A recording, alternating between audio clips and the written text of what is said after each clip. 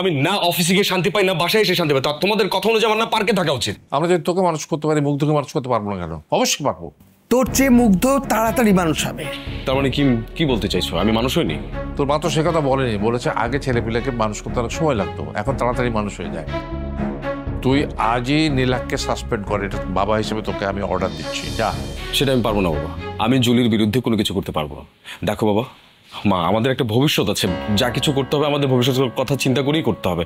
আমি জুলির বিরুদ্ধে যেতে পারবো না বাবা।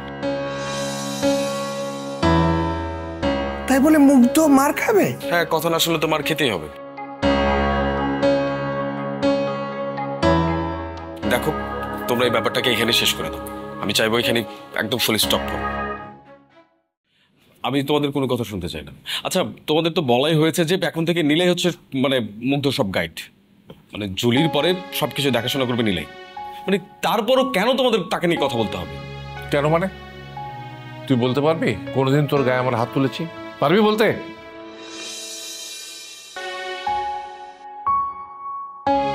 তাহলে কোন সাহস ওই মেয়ে আমার নাতির গায়ে হাত তোলে?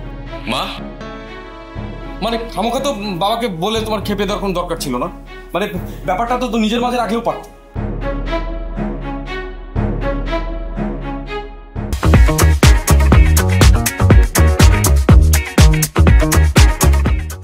তোমাদেরকে ক্লিয়ার কাট একটা কথা বলে দিই, মানে জুলি আর আনান মুগ্ধকে নিয়ে কোনো মাথা ব্যথা নেই। তোমাদের কেন এত মাথা ব্যথা?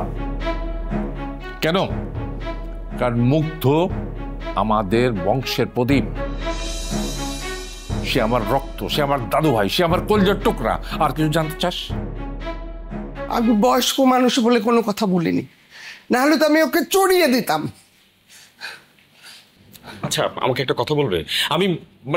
আমি না অফিসে গিয়ে শান্তি পাই, না বাসায় এসে শান্তি পাই। তোমাদের কথা অনুযায়ী আমার না পার্কে থাকা উচিত। আমরা যদি তোকে মানুষ করতে পারি, মুগ্ধকে মানুষ করতে পারবো না কেন? অবশ্যই পারবো।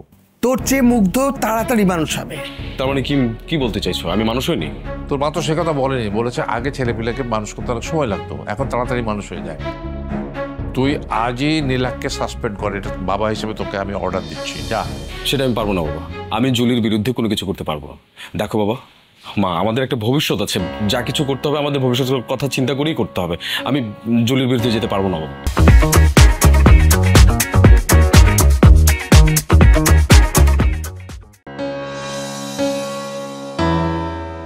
তাই বলে মুগ্ধ মার খাবে? হ্যাঁ, কথা না শুনলে তো মার খেতেই হবে।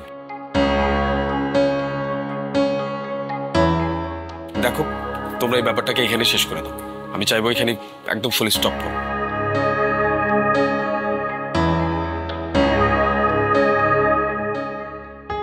এই আমাদের শাকিল, সেই ছোটবেলা থেকে এই ছেলেটাকে আমরা চিনতে পারিনি। তুমি তো ছোটবেলায় বুঝতে পারোনি, আমি তো বিয়ের আগেও বুঝতে পারিনি যে বিয়ের পর ছেলেটা আমাদের এমন হবে। সবই আমাদের কপাল শাকিলের মা।